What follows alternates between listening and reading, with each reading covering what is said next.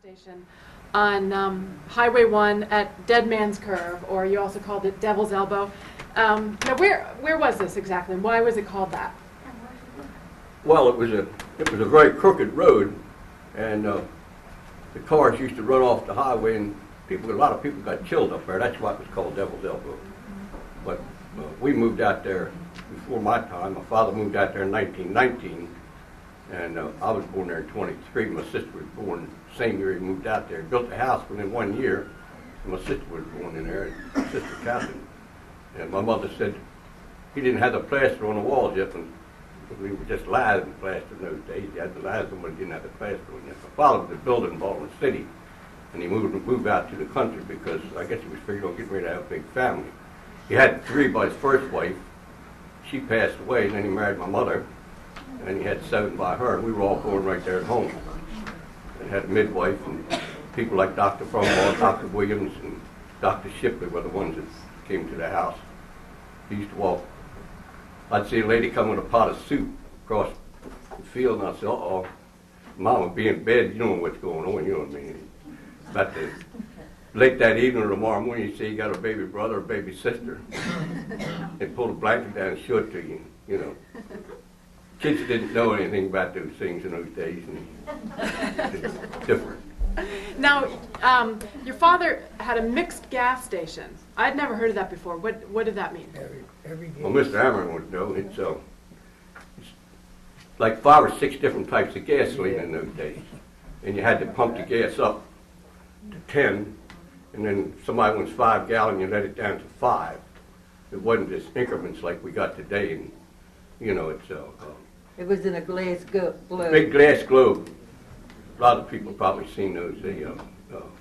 People like Tokheim and people like that made them, had a quick handle on the top.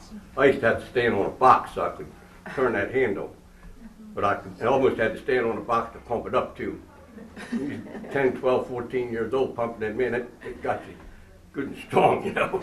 Had to pump 10 gallon up in there, and then people want 1 gallon, you let it down to 1 gallon. Some people bought a gallon too.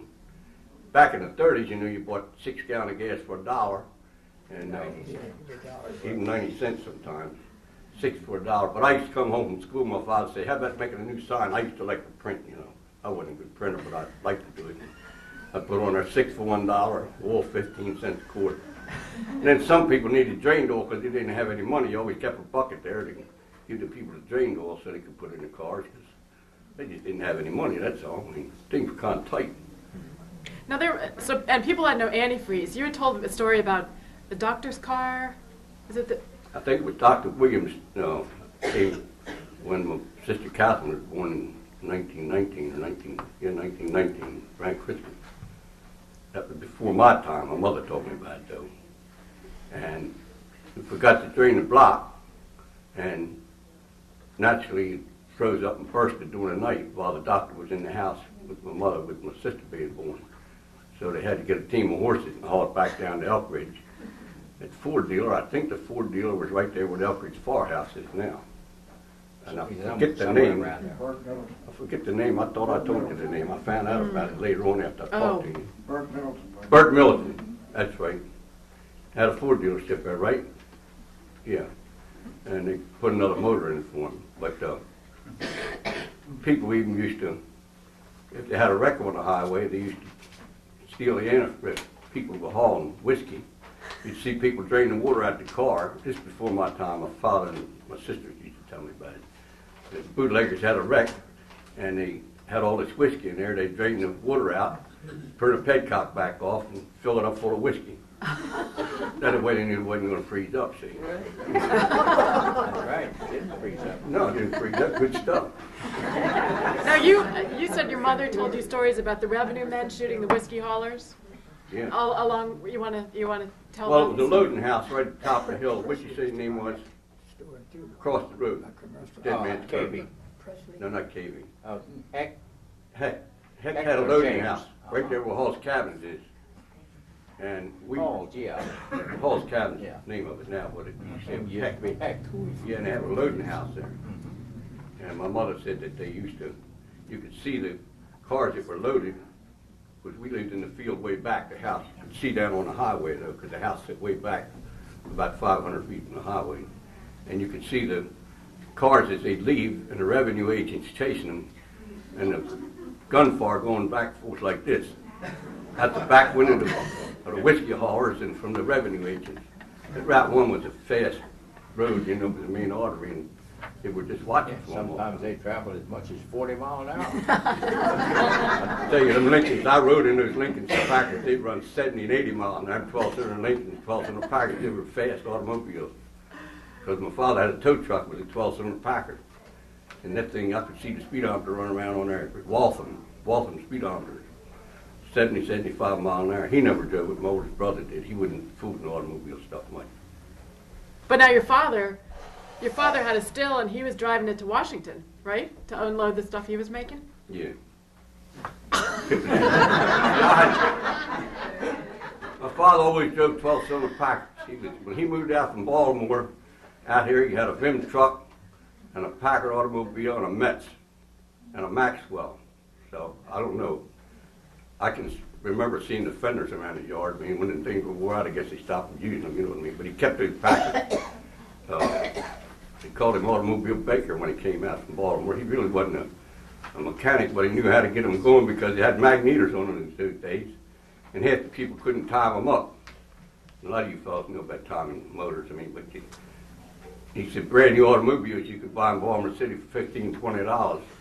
And go out and put your magnetor and get a good American Bosch magnetor and put on there, or a German Bosch magnetor and fire right off and go. I mean, it was, that's what kind of got him in the automobile business, I believe. And he decided to build a garage. He built that there on built the garage in about 1928 or 1929. And he'd been working in Washington during the 20s all the way up until 28 or 29. And he seen my brother make like $25 for towing somebody off the road with a Fortune tractor one morning. He said, man, I'm not going to work anymore. You're making that kind of money. Some guy broke down with a Model T and he dug him off the road with an iron wheel Fortune. That really started us in the garage business. After that, we stayed in there until 10 years ago. We wound up having diesels and twin screws and all that kind of stuff before it was all over. But Now your father had something very special about his gas station, right? yeah. Really nice toilets. Yeah. Boy, he did. He, being a builder, he had nice flush toilets. What did I tell you about that?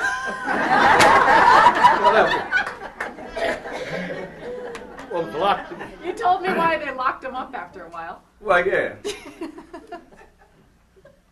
He had nice flush toilets in there, had nice running water and all like that, and he had nice Corbin locks with cylinders on them, and push lever type big brass locks like that. I remember instant 3/4 doors, fur doors. There were nice raised panels on them, and being a kid working around there, I mean, some man come there and said to my father one day, man, you ought to be ashamed of yourself. Let my wife go in that bathroom. My father said, what are you talking about? He said, I just went in there and cleaned that place all up. Had American Standard toilet and wash bowl and all, you know. And somebody went there and did everything all over the floor. Well, my father got mad and said, we're going to lock that place up. Put a key in there for customers only. So then the other people, you know, so many, it wasn't like any McDonald's along the road. I mean, you got a gas station, everybody want to come there and use your bathroom. Well, you had people with Route 1 going from Maine to Florida. You were meeting people from all over the place, Oh, right? yeah. I used to make money, too. I mean, you had to check a man's tires, you had to check his transmission, check his rear, pull the car over the pit and do all this stuff for him. And he'd give you 20 cents or a quarter, a couple of times. It was kind of good. You could pick up $2 or $3 a day in tips. Because people, they want to know where's the Howard Johnsons. See, Howard Johnsons were kind of like this starting out. There wasn't any around here. You know where's the Howard Johnsons? They were money people out of Connecticut and Massachusetts and New York and all. They were going to Washington, D.C. or going to Florida, something like that. It was quite an experience. One of the things that you told me about that was interesting historically along Route 1 was the bonus march on Washington. Yeah. You wanna, Well, I guess some of the other people here probably seen that too. The bonus marches when they went to Washington to get their money. What was it, in about 1931 or something, I think, 32. They were coming from Philadelphia and Baltimore and New Jersey, long streams of them, going down Route 1, pulling a coaster wagon with all the belongings in it, and 3 children walking behind them and going to Washington. You know, when he got over there, all due respect to MacArthur, I think he was in charge. And big, I learned about it later, big things happened over about that. I mean, they finally got their bonus, about 1934, 35, I think. But I seen those. My father had a gas station, had Gibbs's beans and crackers and all on the nice shelves in there. He took all the stuff out. He wasn't a veteran himself. He went and gave him all that stuff. Because the people were hungry, didn't have any money. I mean, things were just bad, that's all. I mean, they didn't have nothing. All they had was a coaster wagon and the kids going along with all I looked at the coaster wagon because I was a kid. I'd like to have one myself, you know. They had nice rubber tires on it and all that stuff. Now, you also were talking about the hobos, that the hobos would come by, right? Oh, yeah. Well, that was when my grandmother was living there, too. That was up in about the 30s by that time, yeah. Mm-hmm. She was kind of religious, and she'd say, I'm going to give you something to eat, but you got to read this tract first. She wouldn't give me anything unless they'd read that tract first. She called him honey child, and I'm going to give you this, and I'm going to get you boiled beans and whatever we had there, and take it out and give it to him. They'd mark it, too, I think. Do you want to tell the story about the train wreck in Dorsey? Yeah, I was there. I guess some of you people knew about the train wreck that happened in Dorsey. It was in about, I remember that. I used to ride the school bus from Elkridge up to Dorsey Road because I lived on the east side of the highway and we couldn't cross the highway because there was a lot of traffic. So I would ride out to Dorsey Road and it would go down Dorsey Road and turn around at Cassidy's store and then come back out and I'd get off on the way home. And he was going back to get the second load on the school bus. So when it got down to Dorsey, it was a grade crossing there. And where Cassidy's store, Rimsteyer's store was. And I looked in all the kids' hall, oh my, look at the big train wreck. The cars were buckled up in there like this. It's a passenger train headed toward Baltimore. I don't know what the name of the train was, but it's a passenger train. And it had hit a Davidson transfer truck. And it was just smashed to smithereens. And it, about 500 feet north of the crossing was the Deep Run branch, and it was a big bridge there, you know, one of the big stone bridges like you got back there on Levering Avenue. Not that big, but I mean, stone bridge. The engine had turned upside down, and the bell stuck down in the stream of the branch. Wasn't anybody around. There wasn't any ambulances and police cars and help like you got today. So we just jumped off the bus, 3 or 4 of us kids, and run up there. And the pieces of the truck driver were laying along the track. Seen a hand laying there, seen part of a leg, the man's leg. He had knee pants on. You know, back in those days, a chauffeur drove a truck. He was a chauffeur. And he wore long boots, and then flared tight pants. And I walked along, a state police came there with this was in about 1936, because they put the bridge through in 1937, and numbers on that bridge right now, 1937. If you go by and look underneath there, the bridge is still there and they use it. They had to do something because of this grade cross wreck, but anyhow, I walked behind the police while he picked up the parts and put them in the man's body parts and put them in a bushel basket. Then I jumped up in the engine that was turned upside down. I mean, the wheels were sticking, all the drive axles and all that, when that engine was sticking straight up in the air, and it was upside down on a 45, laying down in the creek. And the bell, you couldn't see it. It was buried. And the big story goes, say they never found the bell. I don't know what happened. But the fireman, I think, jumped, and I think his name was Mr. Pope.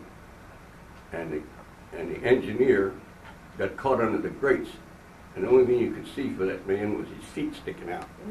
As a kid, you know, you just jump up and look at these things and then go back home and tell what happened. You know, say, where were you at? You know, why'd you come home? Well, I had to stop and see about this train wreck. But I don't think anybody got killed in the train, just And the man that jumped was, I think he was Mr. Pope. He lived right there in Dorsey, close by. But I just walked on through the woods and went on home after the thing all over. It stayed there for 1 week, and the next week they built a track down in there. Like the next Monday it was. A whole week they worked there, building a set of tracks down there, and then he brought a crane out from Belo's shop and turned that thing upside down onto its wheels and set it on the track, and then winched it back up onto the rail again, and then took it in the Mount Paris shop to do the repair work on it.